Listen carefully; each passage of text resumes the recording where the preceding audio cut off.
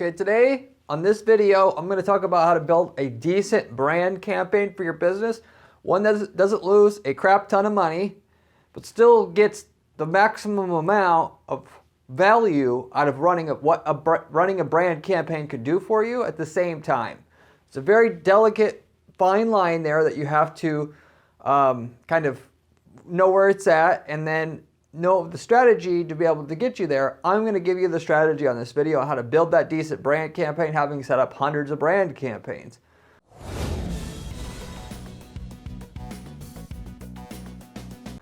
There's certain situations, some brands will be able to get away with some things, some will not. I'm going to explain a little bit why that is and where that is as well in this video, so you can actually set this up and walk away from the video setting it up the right way so you can accomplish these goals.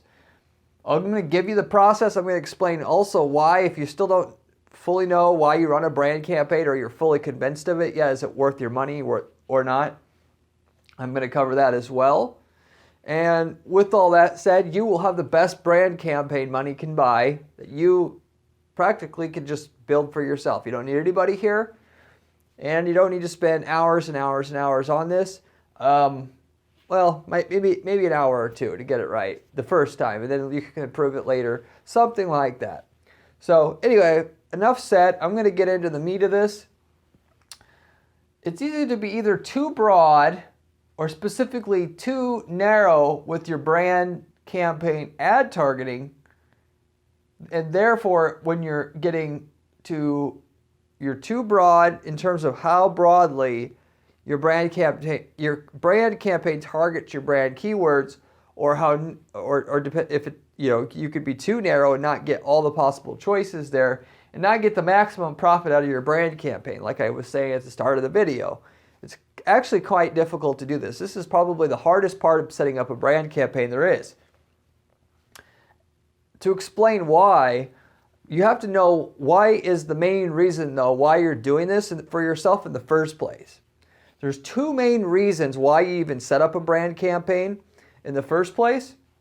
The first reason of which is people forget how to spell your brand name. So, I've looked at I've learned what to do and what not to do just setting up clients' brand campaigns here, 100 plus of them, let's just say at this time. And, basically you look through all the ways that people are typing in the brand, the name of the brand. And there's dozens and dozens of variants in which they're typing in the brand. A lot of times, let's say if your company name is Tommy's Best Shoes, they'll just type in Tommy's Shoes. And if you aren't there, okay, there's somebody else that's there more convenient to click on that shows up. Maybe you even show up at the top for that Tommy's Shoes still. Some a-hole has their ad above you. They're going to start pilfering off sales from your brand for like pennies on the dollar. But more importantly, there's going to be a lot of people who just simply don't remember anything. Maybe they just type in Tommy's tennis shoes. It's totally different, okay? In that situation, you have a brand campaign set up. Anytime somebody searches for Tommy's tennis shoes, once in a while, they'll have your ad show up there, even though that's getting kind of outside the general spread of where you think you expect to have your brand ad show up for, i.e. your main brand term for like what your actual brand name is. They'll find it, and then ultimately they'll come in and buy. And there's a fine line between what that click is worth. You have to identify what that click is worth, and you have to be able to bid an appropriate amount. Because the more people that aren't there for what you have, the higher the cost per sale or cost per lead you're going to get accordingly. So Google, through their machine learning, is going to figure out to how many searches your brand ad should it show up for ultimately, even if you have an exact match keywords, by the way. Not a lot less than the phrase match, but they're still going to do some little bit of testing on their end, because this is just what they do now. And but what your goal is that when somebody goes to you're paying $1, $2, $5, $10, $20 to get somebody to your site in the first place. You do all this work on your site to get them to buy. no matter how good of a job you do to get them to buy, later on, about half of them or so, the more expensive your product is, they're going to come back and eventually buy on their own terms when they get paid, when they decide to, when they talk to their boss, what have you. And then what do? They go back to Google directly. They don't give a crap about your landing page or anything else. They type in your brand name and they hope to find you. And if it's 2 weeks from the time that they searched, even then, a lot of times, they're not going to remember what your brand name was. So what's teetering in the balance there, whether or not you get the sale from that initial, what you paid $5 to get that person, to educate them, and then now wanting to buy from you, you're not going to realize that return unless that brand campaign is there a lot of times. That's what the brand campaigns more than anything is about, and a lot of people don't think about this. So if they don't remember the full brand name basically, and they only remember some aspect or some remnants of it, your brand campaign will be there to guide them the rest of the way, okay? Respectively, it only costs, a lot of times good 20, 30, 40 cents to be able to pick somebody up per click doing that. And so when you can just do the math. If it costs you $3 to get them there, and only like 1% of those convert, but on a brand search they convert at 10% and it's 30 cents per click, you can afford a lot of slop there in terms of clicks that you get to your site that ultimately weren't the right people clicking on your ad, so that you are there for the few people that are already ready to buy. I have my money, I'm ready to buy now, I just need to find it. Oh, what was the name? And not being there. So that's the main reason why you use brand campaigns to begin with. The other second reason is other competitors outrank your organic listing and they pilfer the clicks from you. So this is somewhat similar to what I said before, but we're not talking about the misspellings here anymore, even though that definitely applies too. It's when somebody just straight up types in your brand name. Your competitor wants to be above because they know a lot of times they get a referral. So you have a customer that gives a referral to somebody. That person goes to Google, they type your brand name in, and then guess what? They can now show up above your brand name because they decided to buy the ad and you didn't. Which just say you were unwilling to, and then for a very cheap price, cheaper than a lot of times what it costs to get somebody who's just in general looking for what you have, they can get that person to their site because it's a better deal than somebody in general looking for shoes or what have you, but they're looking for your brand of shoes. Therefore, once they're searching for your brand of shoes, that person's more likely to buy at a higher rate and a higher frequency. Therefore, they want that person looking for your brand versus somebody looking for shoes in general. They'll pilfer clicks away from basically what you should have got in the first place because you got the good review and therefore the reference.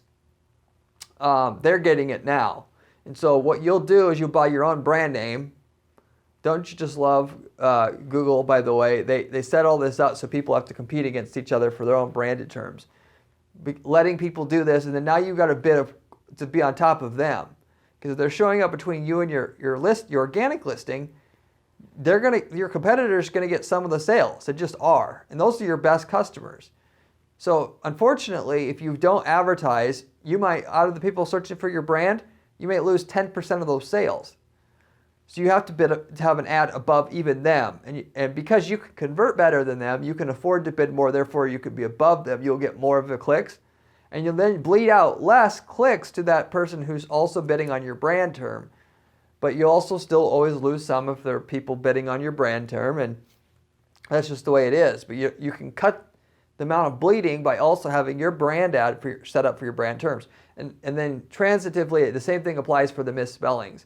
When the person comes back and they can't remember the spelling of your brand name, the competitor will also try to take advantage there. Trying to be there, and then they know they're going to buy tennis shoes today. They can't quite find what they're looking for, and they'll just divert that person away from what they were doing, which was the easy layup sale for you, and now they're buying somebody else's stuff. Okay, so in general, those are the two basic ways or reasons why I should say people do or should do a brand campaign in the first place. Now, with all that said, what's the method so that you're going to show up broad enough to capture most of the people that are going to be worth it for you to capture between the people typing a brand name and close variants to your brand name, and getting too far out there to where you're really just, you're paying too much, and the extra people that they're trying to reel in is reeling in too much other crap, which is driving up your cost per sale too much. What's the right balance there? So if you have a very general brand name, first of all, you will have to be more specific in your targeting in general. So what I mean by that literal versus the close terms, if your brand is, let's say, bestennisshoes.com, okay? That is an arbitrary term. Somebody typing that into Google may not be looking for your brand. Some people might just be looking for the best tennis shoes, okay? And it doesn't have to be that literal. It can be another brand term like Print Depot World or whatever. And somebody might be typing in Brand Depot, ultimately, sometimes to be looking for you, sometimes be looking for something else. You gotta, it's, a lot of times you won't know for sure until you try it actually, whether or not you should bid on Brand Depot versus Brand Depot World. You could, with the magic of conversion tracking, you can see if your decision there was right or not. But generally speaking, if you have a general brand name, the product names are general, the company legal, or trade names that you have are too general in terms of what I'm going to tell you that you've ultimately bid on for these brand campaigns to get the most out of it, you'll have to go exact match regardless, okay? That's number one. And two, you may have to have the full brand term, meaning you have to have all the words in the keyword that are in your brand inherently, otherwise you don't bid on it. Otherwise you're going to get way too many irrelevant clicks in there, ultimately, and it's not going to work out for you. So that's the first thing to consider when you set up your brand campaign. Now, as far as the process to actually execute this, so you don't have things too narrowed down, you're missing stuff, or too wide, and you're really just pulling in too much waste, and it's ridiculously inefficient. The first thing that you do on the list is you're going to check your search terms report. So I'm assuming that you already have your ads running for a while. You can go under the search terms report in your ad account, and you can see you can look for all your branded searches, and you'll do this for all campaigns. Find every variant of somebody trying to type in your brand name that you can see there and write it down in a list. You're going to find all instances of them typing in the name of your products if you have an actual name of your product itself. The company name itself that you have, variants of that. The legal names, so basically like Joe's Shoes LLC, anything, sometimes they'll type in that, and you might as well get it. Anybody typing in that, weird people that remember you that way, you want to be able to get the sale from those people when they're coming in to buy last minute. And you want, within all of those general three buckets there, you want to get all the misspellings. People will misspell what your brand name a lot of times many, many different ways, some more than others, some brands more than others. But you write all those down, okay? So you have a big list of all the ways essentially somebody tried to find something about you in general over the lifespan of your account in general. That's the very first step you go through to build yourself a fantastic brand campaign that's going to get the maximum profit out of it. Two, you're going to fill in any gaps on what you found from number one. So you're going to look at what people search for physically in the whole lifespan of running your ads, and then you're going to start to actually fill in any obvious holes in there.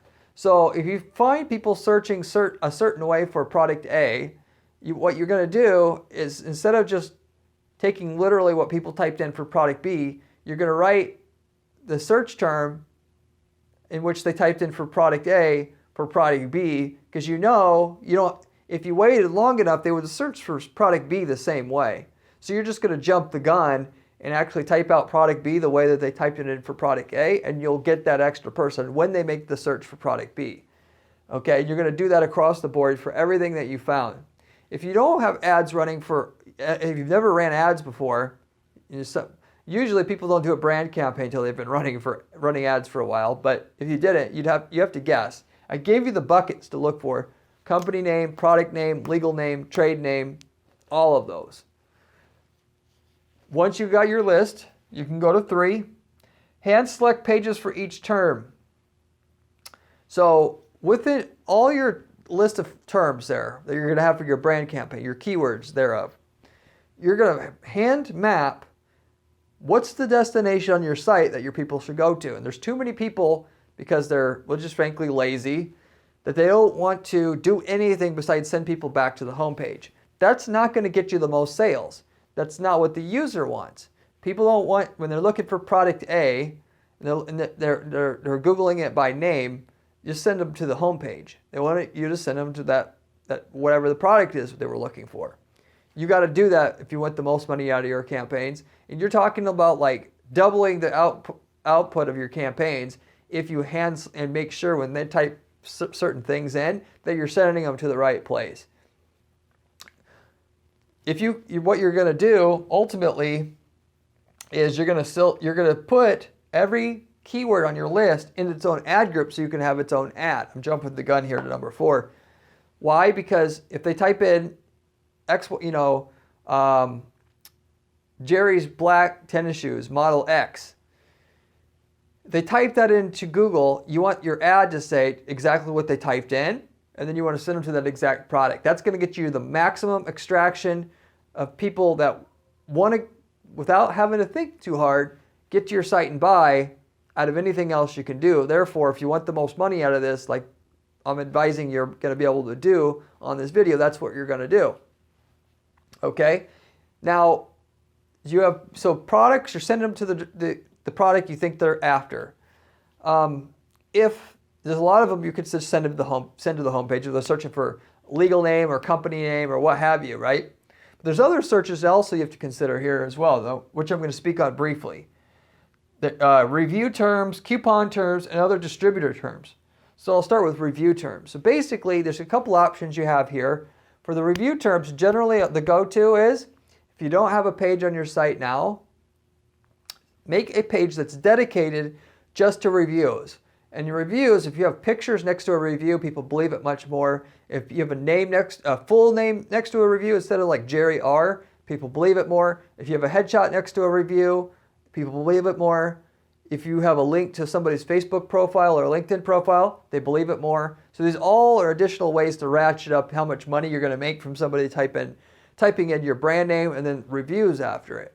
And ultimately, if you don't attract them, well here when they type in, your brand name and then review, they're going to click on something else, and that you can bet your bottom dollar, whatever they end up on isn't going to be recommending that they buy from you. So you want to control this as much as you can. These are people almost ready to buy that are just teetering there. And so this is some easy money you can pick up. But basically, if you can, do photo reviews from a bunch of different customers down the page, and they can scroll and scroll and scroll, and put on there as many, 20, 30, 40 of those, to the point where they get bored of scrolling and they say, okay, I'm convinced, I'm going to buy. And they're already on the site, so therefore, even if they were on some other site, they'd still have to navigate to your site, and it's an extra little bit of work they got to do, which makes them want to convert less. So if you have it all packaged up there, what they would want to see anyway on your site, that's the most ideal configuration for somebody searching. That's going to ultimately end up in a purchase at the highest rate you possibly can. So respectively, that's what I would recommend there. That's what I do 90% of the time for everybody that we work with. You also have coupon terms. So somebody could type in your brand name and then coupon, or brand name, promo code, or brand name, coupon code. Obviously you get the picture here. Now, what do you do with that? So there's all kinds of people who, I've talked about this in other videos. There's affiliate sites that get a commission for making a sale for people that they partner with. You can type it in affiliate marketing if you want to look into it. But basically, generally what they'll do is they'll come to our clients, let's say, and they'll say, hey, we want to advertise on Google, and if somebody clicks through one of our links and goes to your site and buys, we want a commission. How much will you offer us? And then they offer them a commission. Then what do?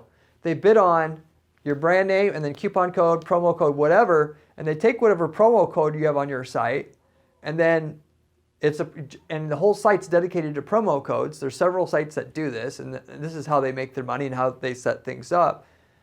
So now, above your brand, when they type in your brand name and promo code, they have this ad that's offering promo codes. They click through. Now you're paying that person a commission. You don't want that. You don't want to do business with those people in the first place, number one. Two, you can do this for yourself. You want to, just like the review searches, you want to control what's going on here as best as you can, because that's where you're going to make the most money. You're going to make a page which is dedicated just to promo codes. And if you don't have any, make a few. You don't have to offer much. It can be free shipping off, free shipping if you're offering more than spend more than $100. Sorry, or it could be free 2-day shipping for new customers. Create some, but actually make a promo codes page, and then, like what the review example I gave you, send people directly, people that type in your brand name and then coupon code or promo code directly to that dedicated page that keeps them on your site and away from other people who's going to brainwash them, basically. And you're going to get the most sales for people typing in something that way. It's always about, so this is the bottom of the funnel here that I'm talking about, the sales funnel. You want to plug all the holes. And by doing this, you're plugging all the holes at the bottom of the funnel where somebody can get distracted just enough to end up in a totally different parallel, looking at something else and forgetting what they were going to buy from you in the first place. That's what I would recommend for those searches, the coupon terms. And then you also have other distributor terms. So a couple examples here would be like somebody typing in your brand name and then Walmart, your brand name Amazon, brand name Kohl's. Depending on if you have retail partners and you're an e-commerce company, where your retail partners will be searching for those, and for all practical purposes, if it's like a offline brick and mortar, technically you could send them to you could have an ad that sends them directly to that person's site so they can buy. I mean, ultimately, that person, if they buy from there, it doesn't really hurt you. All you're doing is paying for the click. That's one option for you. Generally speaking, though, 90% of the time, again here, I'm going to create another dedicated page. So if they type in brand name, then Walmart, I'm going to have something that says, my brand name on the items here, brand name Walmart special or something like that, to get them to click on my ad first, because I'm controlling things here again. And then on the page itself, I'll have a dedicated page just for that Walmart term. Nothing fancy here. It just simply says, hey, if you're going to go shop at Walmart, or you're looking to buy this at Walmart, you buy this on our site, we'll give you 10% off the retail price at Walmart. Which basically, if the Walmart's selling it for the same price you have on your site, then, okay, the less it's going to be worth it. Why? Because very few people ultimately end up at Walmart and buy. You might only get 10 to 20% who actually follow through on that. Because they have to, obviously they're looking to see if it's at Walmart, first of all, and then once they realize it is at Walmart, then they have to go to the store, they have to get paid, and then they get to the store and they might spend their money on something else. Why not get the sale right then and there? And you just do that for each vendor you have. Brand name Walmart, you send them to a page that talks about incentivizing them just to buy online. We'll ship it to you. It's only going to take 2 days. Talk about shipping time if you can. And that's about the formula that I use. And I'll do it one for Amazon. Instead of sending them to Amazon, we'll encourage them to buy on our site. Respectively, by the way, and I mentioned this on other videos, you don't want to send people to Amazon because then you don't have a customer in your database. Amazon owns the customers you send them. They buy from your site. Yeah, you may have to give them 10% off to make sure they buy through you, which you would have paid through commission paid as commission to Amazon anyway. But now you have that customer's information. It'd be much easier to sell them something more later on. Okay, you can stay in touch with them by email. Maybe get a referral out of it. You want to invest in your own customer house list. So, but anyway, you can do that for each type of search that is in that general bucket where they're searching for your brand name and then some other place where they think they might be able to buy it or get it, let's just say, okay? So ultimately, if you're selling tickets or something and there's a ticket venue where you can, or a ticket booth or whatever, in that case, it would be like, brand name and then that's ticket booth, and you could say buy the ticket online, it's easier, that kind of thing. For services, it obviously doesn't really apply so much, but for products here, That's definitely the case. And this is what I'm doing pretty much every time. I can get cooperation from the client to do it because it works better. We've found the kind of the ideal. What I'm giving you here is tried and tested, tried and true system here to get the most out of your brand campaign for the different types of searches you have without having to go through all the testing. So respectively though, okay, you've created and mapped out for each keyword the perfect place for them to go, and if they didn't have one, you created one quickly. It wasn't on the pages you had to create. It was very simple message, but it catered to what the user wanted, and you kept them on your site. You got every person who's close to buying to come to your site as possible there. And so then, like I said on number 4, all you do is you take each keyword, you make it into a separate ad group, so there'll be one keyword per ad group. You send them to the designated page that you've picked out. And so no matter what they search for, you have a perfect ad that basically says what they typed in and sending them to the perfect place that they would likely want to go. As a side note, if they spell your brand name wrong, I don't actually recommend, and that's the keyword. So if they type in your brand name wrong, I mentioned that you want misspellings. You want that as a keyword, but your ad can have your brand name written right. So that's fine. You don't actually have to misspell it in the ad. That's certainly not the case. But you want to bid on that misspelling because obviously people are searching for it, and you found that in the search terms report that you started out at the beginning of the process here, number 1, doing. You'll be able to get more people ultimately because you're telling Google specifically, every time this comes up, I want to bid on it. More so than that, you can identify when they type in this misspelling versus this misspelling. I can see statistically how much this person's that searches for this one versus this one is worth, and I could bid differently. So if one doesn't result in the sale as much, I can go less aggressively at it and show up less percentage of the time, which they call in the ad management world search impression share, or the amount of times out of 100 your ad actually shows up. And it won't ever be 100% of the time it shows up for the keywords you have. Based upon how high you bid and how well of a job you do, when the person gets to your site, staying there and doesn't come back to Google to click on something else, you'll naturally get a higher amount of times out of 100 your ad will show up. So respectively, you'll have more overall clicks to your site if you have each keyword in its own ad group, and then you can assign a unique bid to each keyword here. And then respectively also, Google can identify easier. One's actually pretty good, the other one's not, to fully promote the one versus the other. You get the picture though, of generally what I'm trying to describe there. Number 5, adjust bids per keyword. So I just talked about this. So basically once you're all done, you're going to run your brand campaign. You're going to come back once a week for the first month, and then once a month for the first quarter, and then once a quarter after that. And then ultimately, so you're going to add negative keywords. You're going to pause certain keywords that are bringing in too much junk. You're going to have the conversion tracking set up on your account before you've started.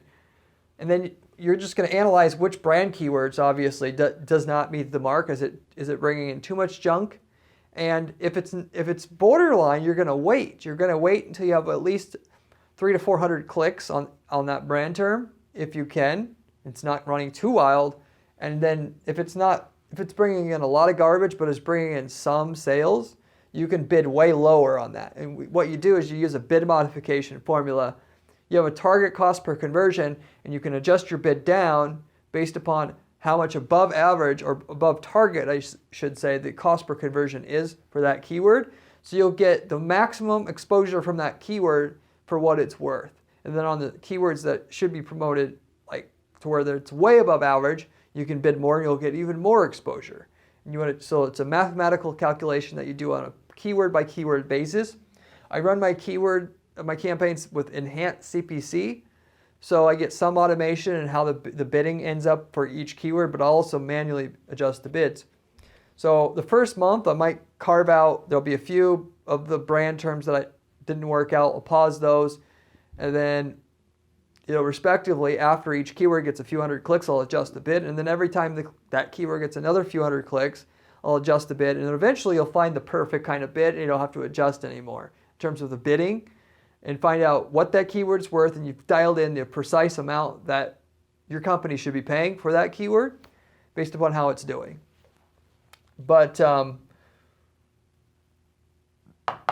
respectively, I would just keep in mind, if you're somebody, again, I got the arrow pointing up here, that has a brand name which what's in your brand name is commonly used to describe other things, and even if it's a little bit, you have to be very careful on how what keywords you use, and keep a close eye on it short term, because you're going to want to go through and, like I said, maybe even the first month, quickly pause the ones that are just bringing in too much garbage clicks.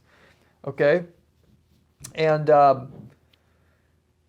as a general note, as in when you find your keywords here and you're filling in the gaps, if you're doing really well, you can always come back. You might do this right away, but a lot of times if it's the brand is not arbitrary and like what the brand name is, nobody else is using that term for anything else. Let's say it's Janice's Jewelry Company. Nobody's typing in that thing for anything else. I may have a brand term, Janice's Company. As I'll Google Janice's Company and see just what shows up there. If there's really nothing else that has that combination, I'll have that as a brand term by itself, and I'll cut out the jewelry, because a lot of times people will obviously type in Janice's Company. When they come back a few weeks later, they remember what they want to buy, but they can't remember the full name. This happens. This goes back to the most important reason why you run a brand campaign to begin with, to get these people who can't quite put their finger on what they're needing to find. And because the cost per click is so cheap, there's no competition on this term, you want to bid on it. And then ultimately, sometimes it'll work out there, sometimes it won't. You can run the ads in a few weeks. If it doesn't work out, you can pause it. If it's borderline, you can wait till you get enough data. And as long as you have enough, you understand that yes, you're going to lose some on it, but if you pause it right away, you'll never get anything from it, versus if you wait till it has a couple hundred clicks and you adjust the bid on that particular keyword based upon how it does in terms of how efficient it runs, you'll at least long term then get some sales from that, okay, versus none. So you always want to think about this when you're doing your brand campaign as well. If you want to cut out words from the brand term, if it's long, there's 3 words, maybe you just do 2 words, you do the other 2-word combination and see if the individual phrases there, you should be bidding on it or not. If it's not, you're not sure, try it out. If it's borderline, adjust the bid and get it to where it is efficient, because it does bring in some sales and you just got to bid less. And if you bid low enough, it does become worth it. Once you've done all these things, you're going to just repeat the process. When I say repeat, it's not like those shampoo companies where they say wash, rinse, and repeat to make more money here. Talking about once you've been running your brand campaign, so you built it exactly like I told you, things are kind of stable. After 6 months, after a year, you can come back and look at your search terms report again and find new variants of brand terms that you didn't find before, because you never had a deliberate approach to target brand terms like you did here when you first started doing the strategy I gave you here. And so the new brand terms, which are not set up as keywords now, you'll set them up as keywords then. And then you'll let those run and you'll adjust the bids on those and you'll dial those in. Some will work, some won't. And then the next year you'll do the same thing until you eventually found, let's say 99% of all possible brand keywords that are being searched in your market for your company. And then you can obviously, then you don't have to go through that process anymore. But it'll take years and years before you find all the search variants that you're able to bid on. Some won't get enough search volume. You'll bid on it and it'll say search volume too low and you won't be able to bid on it. And as a side note, if you want to save some time writing, because before you launch the campaign using my method, having 1 keyword per ad group, you have to write an ad for every keyword then to fully maximize what you're getting here. Before you write the ad, you can go ahead and run a test campaign with that keyword in there. And if it says search volume too low, sorry, then you don't have to waste your time writing an ad. Just as a side hack to save you some little bit of time. Okay. If there's anything else I could add to this, I would say, I mentioned, well, bottom line, you should have conversion tracking before you do anything with PPC, regardless if it's a pain or not. If you're doing lead tracking, that's great, not sales tracking. You should eventually get to sales tracking, because there's a lot of these brand terms that the value of each lead is astronomically high. So if you're trying to adjust the bids on each keyword based upon what the cost per lead is, you're not going to be able to adjust it nearly as well that if you did a thing called offline conversion tracking, and you tracked when somebody became a lead, what's the rate in which they turn into a sale, and what's the average amount that they spent when they did buy, and then piping that revenue data back into our ad account. So when we adjust our bids on each keyword, we can do it based upon you. It's basically inside the keywords menu. You adjust your columns, and you're going to do conversion value over cost, which is ROI. So you can adjust your bid for each keyword up or down based upon the ROI of that keyword, not cost per lead, because the value per lead for brand is, 5 to 10 times higher than any of the other lead. So these people are not, if you're running a service company or whatever, they're not typing your brand name and for nothing. They may be asking for a status update. That's definitely true for some businesses, but to see what percentage are asking for a status update versus how many people they just got a referral and they're ready to buy now, you want to analyze this based upon the ROI level, the revenue level, and you got to have offline conversion tracking to get that going. So for e-commerce brands, of course, you're going to use the revenue data to do this bid adjustments if you can.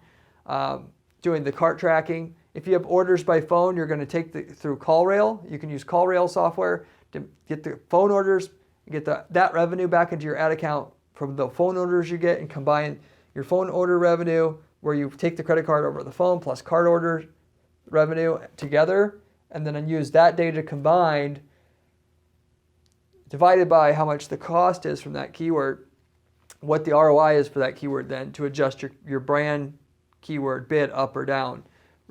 End of the day, you want to be able to identify what the ROI of the keyword is worth, not just what the value of some of your sales are or what the value of some, the lead is, because that's not going to get you as accurate of data. You're not going to end up with the maximum value out of your brand campaign. You're going to end up neutering it too much because you don't understand the value from those leads were different than what you see, or ultimately the revenue, because you're not tracking all the sales revenue that's coming in. You also may bid too low, let's say, to get them where if you bid higher, you would actually, it would be, the value would be there, you just don't see it in other words. And respectively with that, when I do my bid adjustments, I'm going to cross compare brand versus other campaigns. I'm not going to use the ROI that I see in the brand campaign keyword menu itself, because in a great majority of markets out there, no matter how good you track the revenue, only 20 to 50% is actually going to be tracked. And so you're not going to be able to see the true ROI from a campaign. It's a basis of comparison.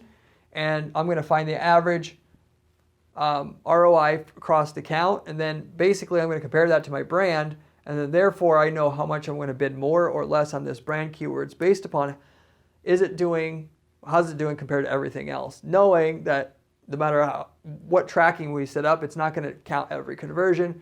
Why? Because people come back later, they switch devices, they come back months later. You're not going to be able to necessarily track every sale. You can track enough to where you can do a bid adjustment very, very well with just half the data. You just got to know you're not going to have 100% of every sale is not going to be represented there, regardless of there being what's called a cookie window where you can track up to 90 days from the click, a purchase being made.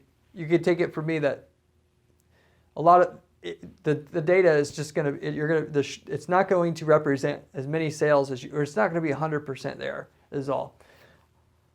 Anyway, I'll sum it up with that. I have a lot of other videos on this channel about other PPC money-making strategies. If you like this strategy here, you can find and should watch some of my other videos on my channel. I have a blog at guaranteedppc.com/blog with step-by-step instructions on how to build campaigns that basically are guaranteed to work for our clients every time. If you'd like to see information written by me along those lines, you can find it there. If you have any questions about anything about brand campaigns that I didn't I covered here or didn't cover that you have questions about, leave me a comment down below. I get back to every single person who leaves a comment on this channel within a day or two. Personally, apart from that, I hope you enjoyed the video and will help you put together a great brand campaign for yourself. And I hope to see you on my next video that comes out in another day or two.